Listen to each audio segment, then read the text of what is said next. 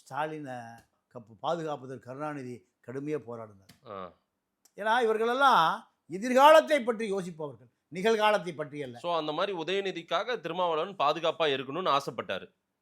அவர் ஆசைப்படல, அவங்க அப்பா இந்த தேர்தலுக்கு பல கோடிய வாரி அரைச்சார். யாருக்கு? அண்ணன் திருமாவுக்கு. ஒரு தொகுதிக்கு 30 கோடி ரூபாங்கிறது சாதாரணம். அதுதான் மாப்பிள்ளை விஷன் 200. தொகுதிக்கு 30 கோடி தூக்கி வீசினா எல்லா பேரும் ஓட்டு போட்டுருவாங்க. அவர் ஐடி அப்படி தானே யோசிப்பார்.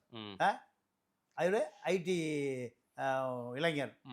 இப்போ அதெல்லாம் தாண்டி போச்சு. இப்போ இருந்தாலும் நீங்கள் சட்டசபைக்குள்ள வந்தீங்கன்னா அரசியல் பூரா உங்கள்கிட்ட வந்துடும், உதயநிதிட்டு வராது. நீங்கள் வெளியிலிருந்து வழி நடத்துங்க. என்னுடைய இளவரசனை வெளியிலேருந்து நீங்கள் வழி நடத்துங்க. உள்ளே போயிட்டீங்கன்னா எல்லா அரசியலும் உங்கள்கிட்ட வந்துடும். திருமாவா உதயநிதினா யார் அரசியல் போகும்? இல்லை, திருமாவும் உதயநிதி பக்கத்தில் தான் நிற்க போகிறாரு. உள்ளே போனாலையும் நிற்க போகிறாரு. இருந்தாலும் தனித்து நிற்பதற்கும் இப்போ வைகோவா ஸ்டாலினான்னு தானே 93 திமுக உடஞ்சி மதிமுக வச்சு. அதான காரணம், வேற ஒன்றும் இல்லையே. தொண்டெல்லாம் மண்ணெண்ணெய் ஊற்றி தீ குளிச்சான்.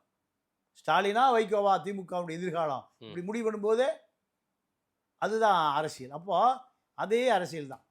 நீங்கள் இப்போது அவரை பொறுத்த வரைக்கும் அவர் அதிலிருந்து கொடுத்த வாக்குறுதியை மீற முடியாமல் திணறார். அதனால தான் தாங்கி பிடித்தார் திமுகவை. அதுதான் உண்மை. ஆச்சி மசாலா, எந்த சமையலும் ருசி தேடும் ரகசியம் 20 ரூபாய்.